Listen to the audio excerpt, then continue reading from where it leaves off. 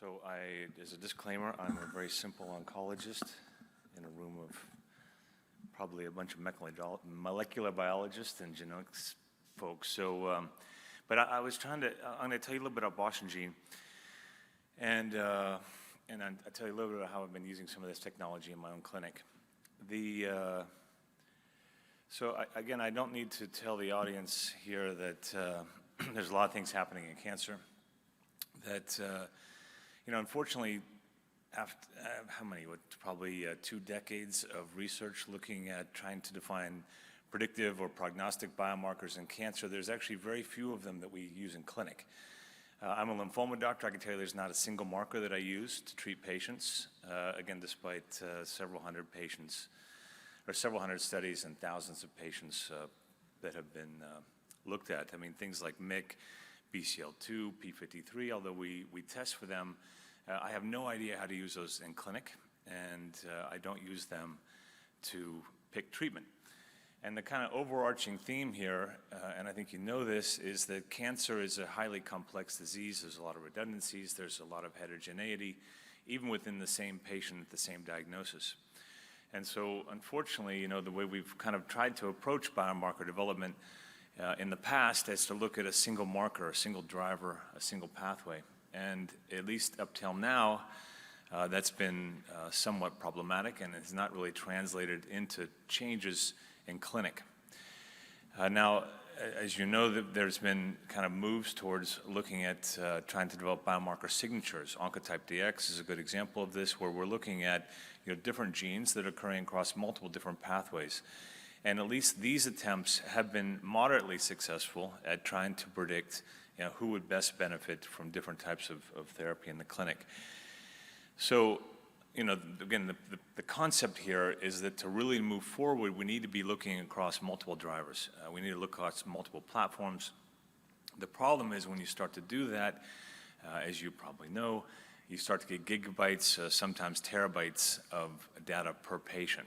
And this is kind of where Boston Gene came in. We've been around about 7 years.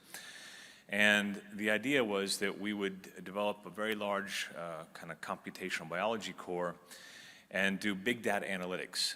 So we began looking at big data coming from whole transcriptome, whole exome, and analyzing that data, trying to develop predictive biomarkers specifically for targeted and immunotherapy approaches. We have probably, it's either the largest or second largest group of bioinformaticians in the world.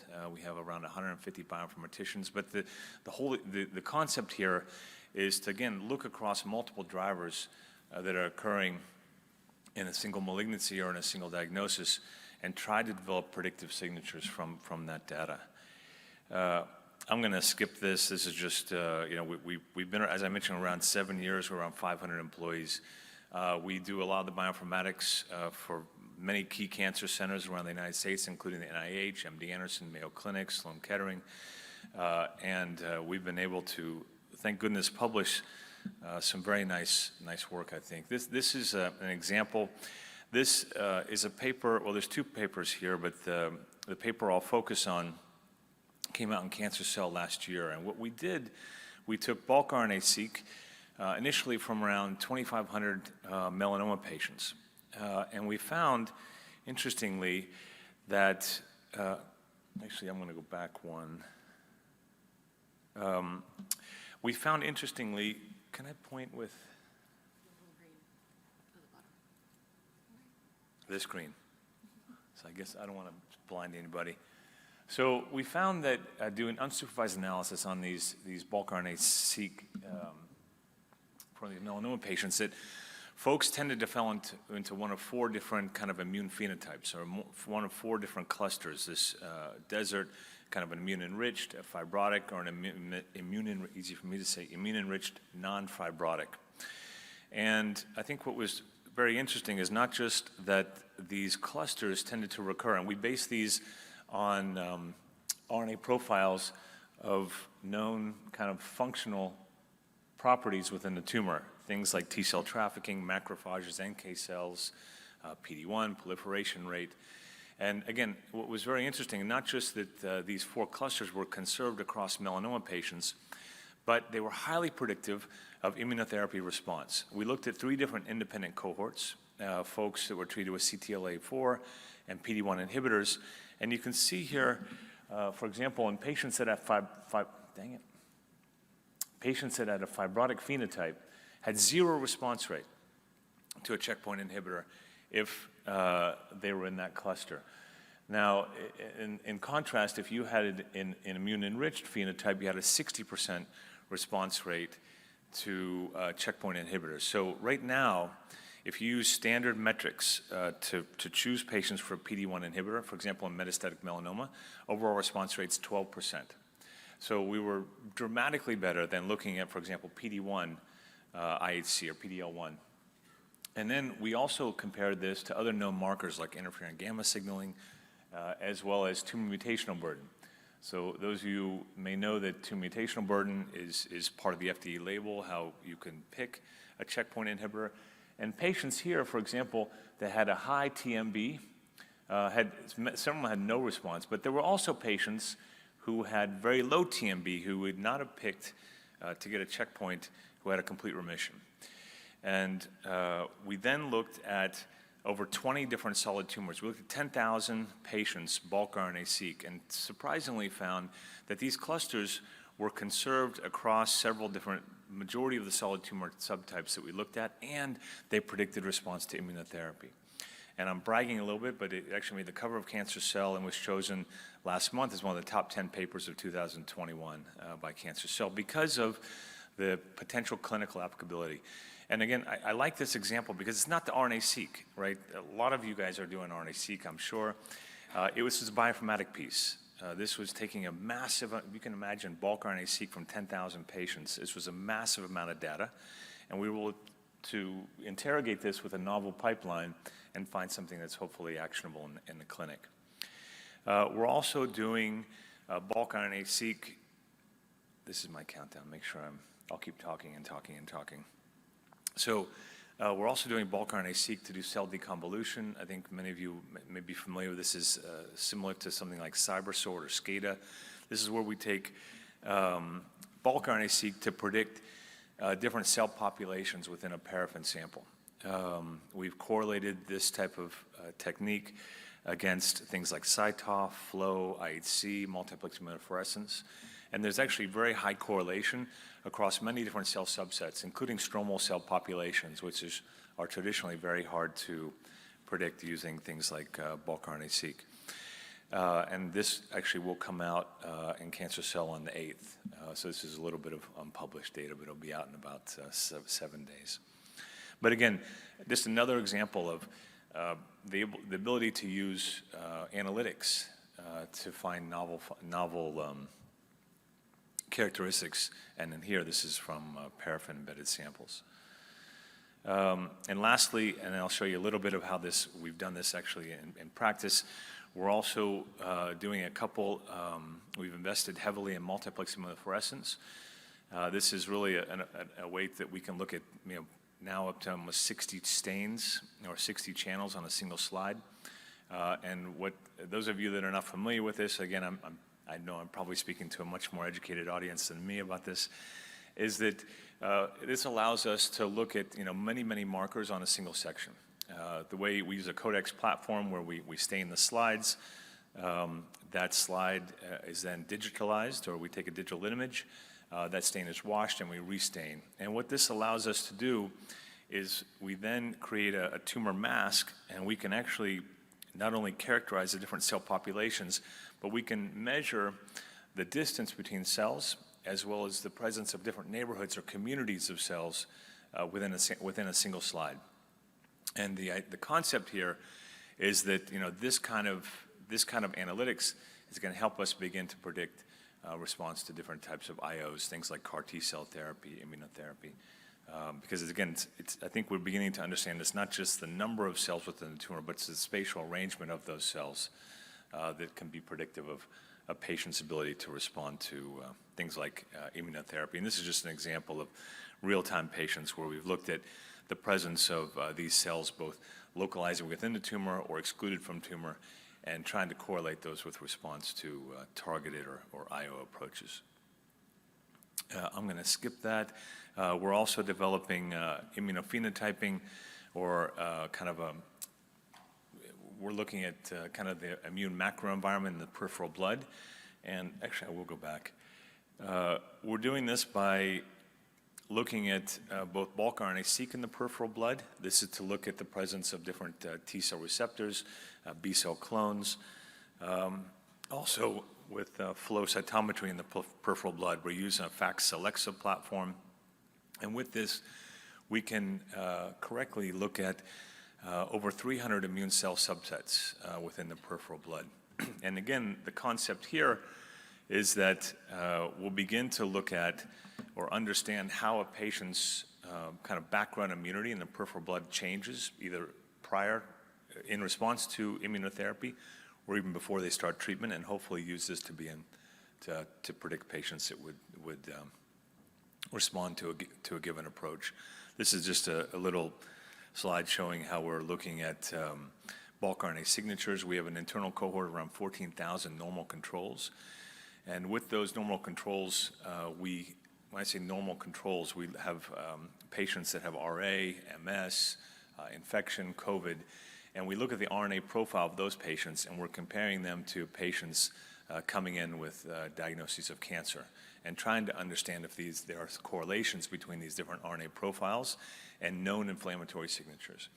And again, the hope is that as we begin to understand how these baseline kind of inflammatory milieus present in patients pre-treatment, that we can use those to begin to, again, predict response to therapy.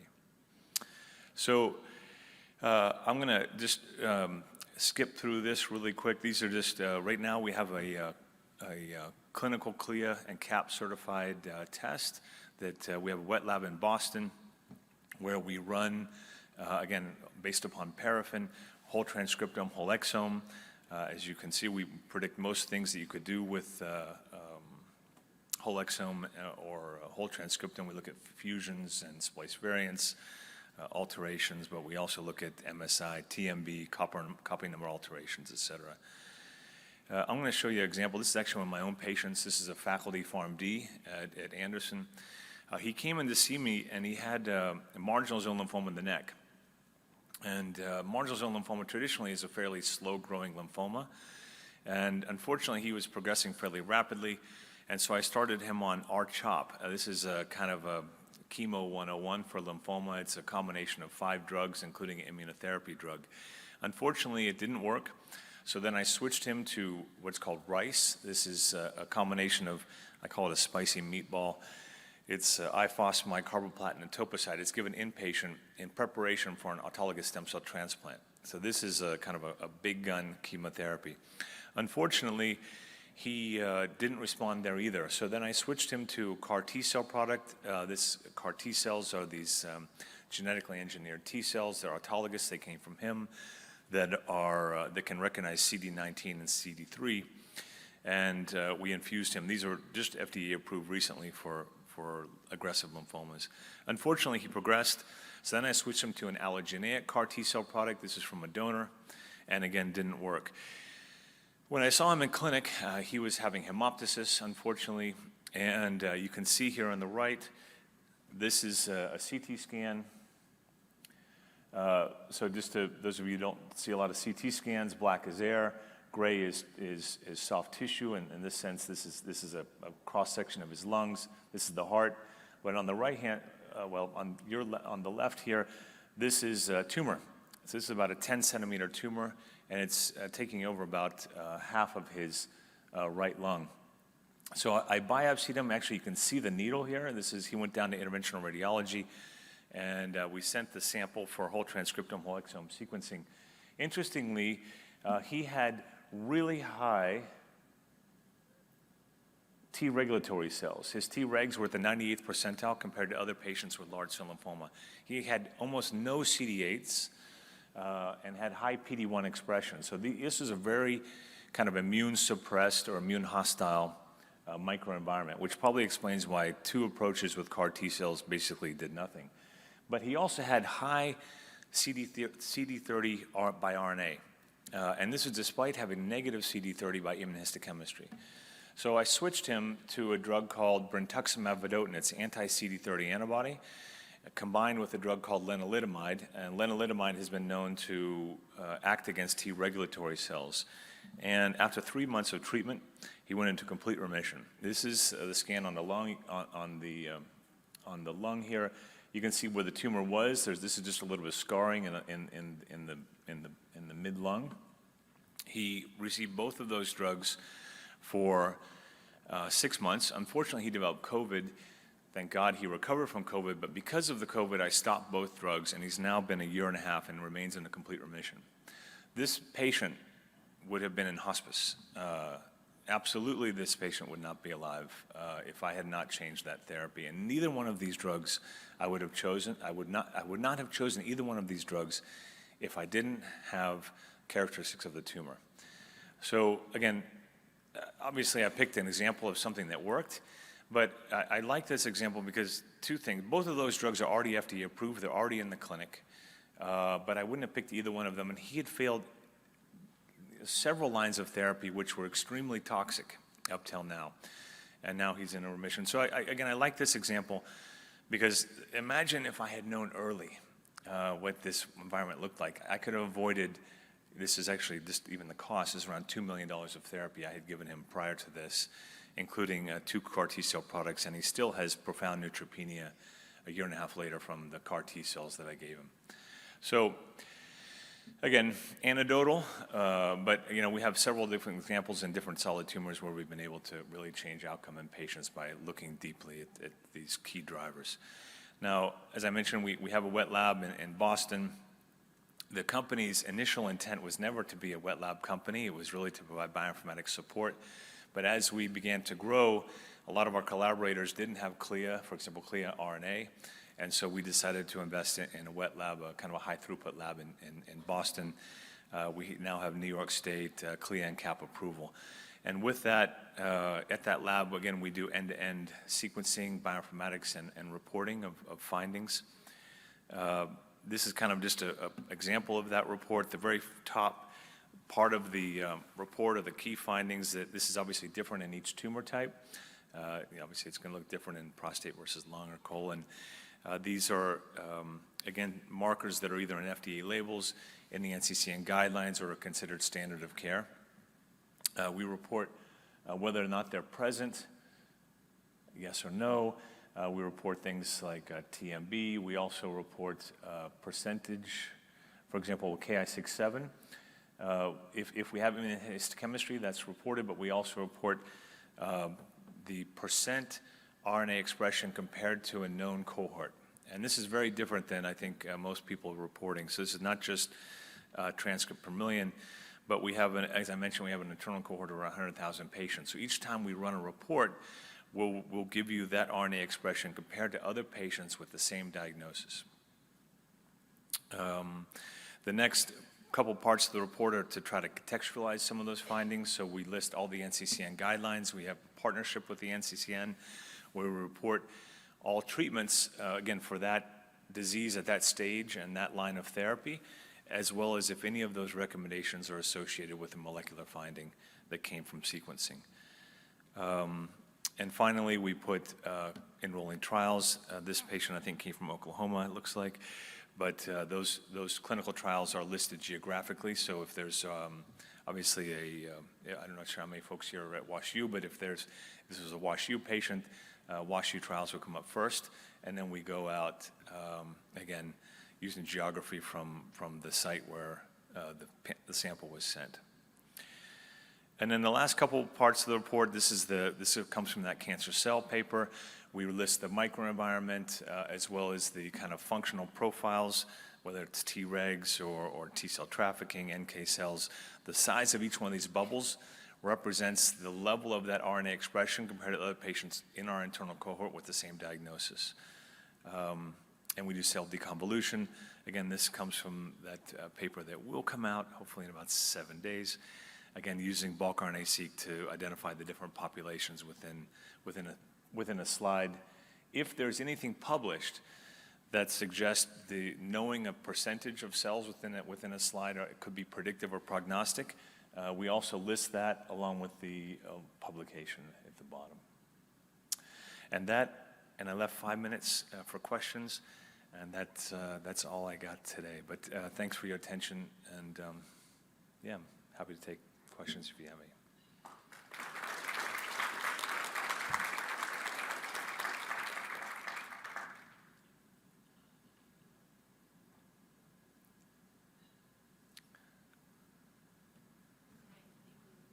Is this working? Oh, here we go.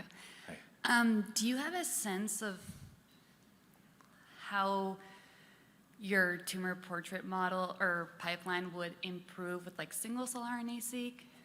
Because you use bulk RNA-seq, which is obviously way more convenient. Yeah. And, yeah. So, we intentionally. So we are a commercial lab. So we picked bulk RNA-seq just because of the feasibility when single cell and large number of patients is not really feasible. So we haven't looked at the portrait doing single cell. I'm not sure if that answers your question. Yeah. Thank you. So I don't know the answer of how that would have looked if we'd done single cell. The other thing, yeah. Okay, thanks. Sure. You mentioned that you had a robust financial support Yes. group. How often, I guess, do you have, like, what sort of out of pocket is it if Yes. you don't have any support? So well, I'm trying to think. So we use the same CPT code. CPT code we use is the code that you use to bill for sequencing. It's a 50+ gene panel, so the cost is identical to Foundation Medicine or some of the other one mentioned any other names, because I'm sure some of you guys are in the audience. But I think that the out-of-pocket cost is somewhere, I think it's around $3,000 or something like that. But I can tell you, I don't think we have a single patient that's been billed that. Right now, we work with folks. The typical out-of-pocket would be less than $100 in the vast majority of patients. As you may probably know, comprehensive genetic testing is approved by Medicare for metastatic cancers, so it'd be very unusual. Yeah. Anyway, thanks. Another question from the audience? Hi, yeah, my question's also about, like payment and costs. So, Sure. As a practicing oncologist, if you get these kind of results that are, personalized medicine, and there may be a drug, but it's maybe like off-label, Yeah. right? How much success do you have in getting that reimbursed by insurance? Or, because I was reading brentuximab is like quite expensive. So, Yeah. How successful are you in that? So far, we've been again, most of the cases have been in metastatic disease or patients that are in advanced lines, so we haven't had too much of a problem. For example, with that was my own patient with the brentuximab, and I sent them the report that showed he had a high CD30 by RNA. I actually asked the path to restain it because I didn't believe it, and it was approved. So I think it depends on, I'm not trying to punt that question, I think it depends on the product.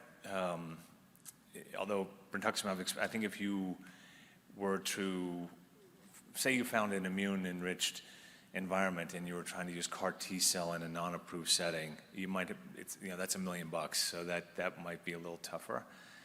But I think in most of the advanced lines, we haven't had too much of a problem. Right. Yeah. I was just thinking also, if we're going to try to start applying this earlier in their treatment, that might be difficult. So I would love to talk about that. So one thing, I firmly believe that, if we know more about the biology of these tumors earlier, we can intervene before patients, as an oncologist, we have this terrible joke, you try to kill the cancer before you kill the patient.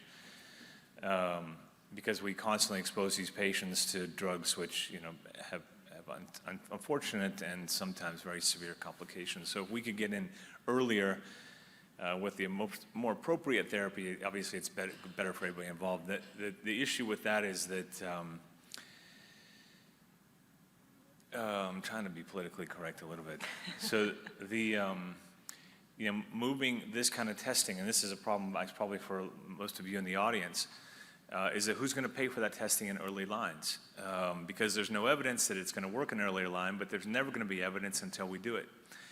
And so we are working with several payers to do pilots.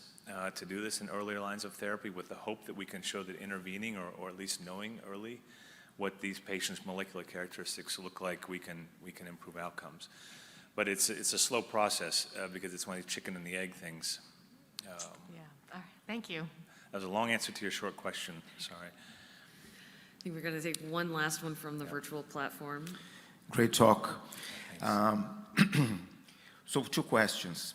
So you mentioned that the CD30 immunohistochemistry was negative. Yeah. You restained and was again negative? Yes, it came from an outside negative, and I had to restand it internally.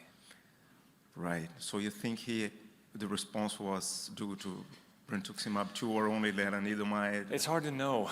Yeah, I don't know. I mean, it's one of these, because the patient began to develop neuropathy before I stopped it, and we had a long, because he's a PharmD, about which of the drugs he was responding to. I don't know which one of the 2, so we kept both until he developed COVID. But Right. And if you had this result at diagnosis, in what line of treatment would you change your approach? I would have done it probably before CAR T. I don't think that, again, despite my belief in this, there are some, as you may know, there are some standard of care therapies that in an unselected population still cure the majority of people, CHOP. So I think I would have a really hard time moving this in front of a known curative regimen. So I think I would have to, if I looked at this case, I would probably use it in 3rd line. Yeah. Let's thank the speaker again. Okay, thank you guys. Appreciate it.